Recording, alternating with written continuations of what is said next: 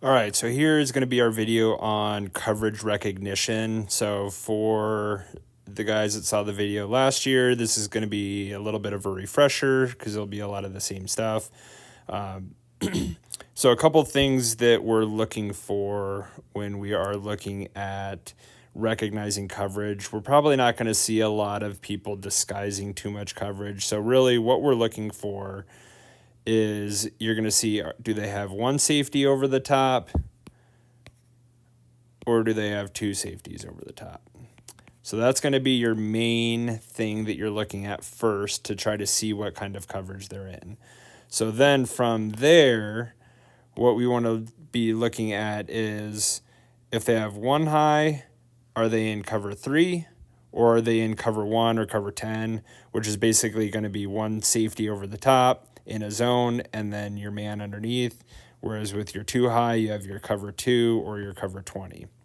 So again, 20 is just going to be your two safeties over the top covering deep halves and then man underneath. So let's take a look at these on, both what we're looking for as far as recognizing it and then also some of the weak spots and the spots to attack when we're in them.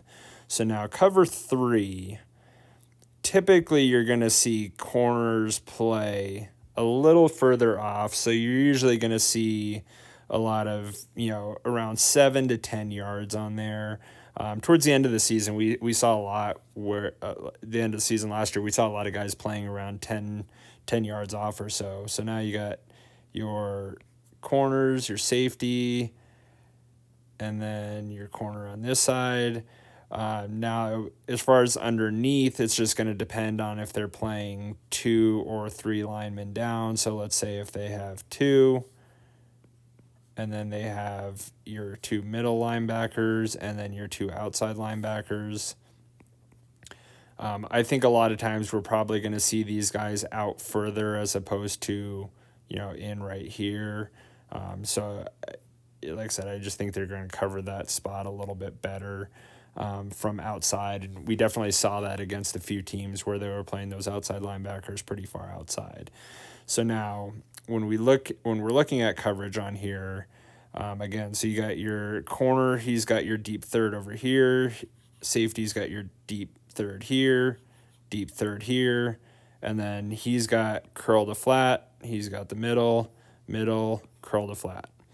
So now if we take a look at this, our spots that we want to attack are going to be the flat to the outside, the flat to the outside, and then we have these seams right in the middle. So the reason being is because if we look at the outside linebacker, even if he's lined up out here, it's going to take him time to try to get out that wide.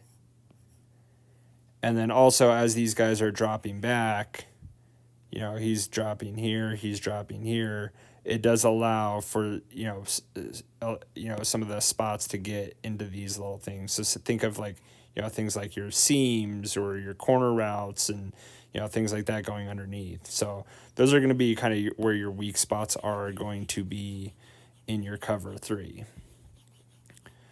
So now if we jump over to cover 2,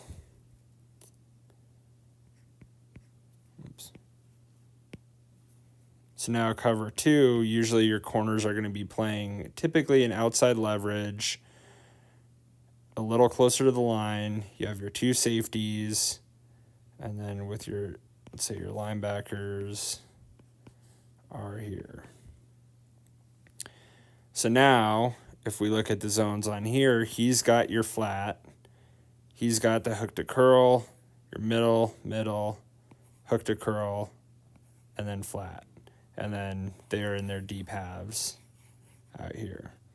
So now if we look at the spots to attack, now the flat's covered. So now you have your spots here, just past the corners here, and then you have the middle of the field.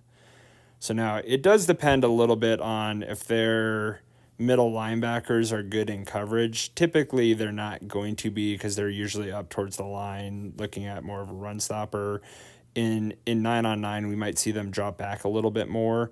But if they do have this guy kind of dropping to this middle zone, which we call a Tampa 2, that kind of takes the middle of the field away a little bit. But we do just have to recognize that if it's there. But if they're dropping back and then you have one guy covering the middle, there is still going to be spots, on the outsides of that middle zone. With this outside zone over here, what we really want to focus on as well is going to be if we have a 9 route going, for example, and he's getting to the outside. Now, instead of this turning into a deep route, where it gives this time for the safety to get over, now all of a sudden what this becomes is instead of a bomb, now it's more of a bullet to this spot as opposed to letting it be up there and letting the safety have time to come over here.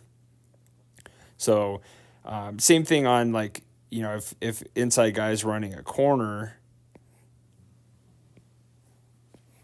he's now getting over to that spot as well. And again, it's just going to be a little bit quicker of a throw.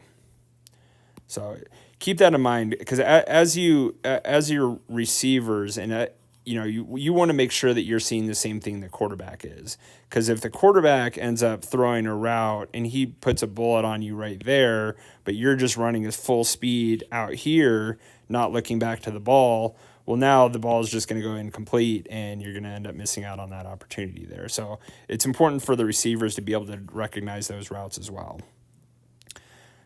So last, kind of getting into man. So man, again, you're going to see them closer to the line typically. So let's say if we're in a one high safety, we have your corners there, outside linebackers are covering there. You have one of your linebackers here covering your linebacker. So basically you have your coverage here. You have him there, and then he's just covering basically all over. Again, though, you can kind of think about if you're running a go route out here, you want to hit it a lot sooner, because the more time you give it, it gives time for the safety to get over there. So now that's where our quarterback has to make sure he's making plays. So, if you have, let's say you have 9s on both sides, corner's the quarterback has to look off that safety, give him a little hesitation here. So if you're going to throw it over here, he can't get over. The other important thing to look at when you are looking at, if they are playing any kind of man, and we talked about this a little bit in the, in just the route video, is depending on where the leverage is. So for example, if your corner is lined up on the inside here, that gives you outside leverage to be able to get out to your routes, but that doesn't mean that you're just going to immediately run to that spot. So for example, again, if we look at kind of what we were talking about on the whip routes, you really want to push that. Even if he's lined up inside of you, you got to push him in and then break out. So that way you are getting to your spot and you're getting that corner to really commit in. Again, the other important thing too, so like for example, if we have this guy lined up really far outside here and he's running an out route, well, now what you have to do is you really have to push this in. And honestly, what you almost want to do is really just attack his inside shoulder, stem him in, get him to commit to this, and then that's when you break that out route. If you just try to get out here, if you're running it like an actual normal, let's say a 5 route, well, now, again, he's going to just sit underneath that and recognize that. So you really want to be looking at where their leverage is and how you can attack that leverage. Quick thing on if we have any kind of trips or slot or anything like that, and they have, let's say they have cover 3 as well. So now you have this corner here. A lot of times the safety will move over here. Outside linebackers moved over. Everyone's moved over. This guy's here, and then you have your corner over here. If they do have any kind of cover 3 going still, usually what that is going to mean is that, again, you have the safety shifted over. So now their cover 3 is here, deep third. But if he can't, obviously, if they've shifted their linebackers over, this guy is going to be kind of on an island over here. He's not just going to go back and play a deep third. So usually what they'll do is they'll just man this up.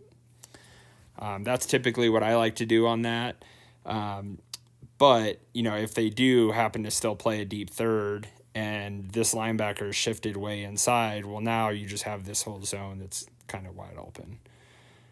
So, but yeah, just kind of keep that in mind as we're looking at some of the trips formation. So, but that's pretty much it as far as the coverages go. We did see a little bit of 20 last year where, again, it was just, straight man underneath, and then they had 2 safeties over the top. Kind of with that, the reason that a lot of teams will run that is that they can then press these guys a lot tighter because they know they have help over the top. So at that point, you do want to make sure that you're trying to, get your guy beat as much as you can and get past him, because they are going to be playing aggressively, knowing that they have that help over the top. So that's where, again, we just want to make sure that we're attacking those zones, attacking the leverage of the safeties. Depending on where they're lined up, we can kind of run our route a little bit different depending on where they're at. So that's going to be our summary of coverages.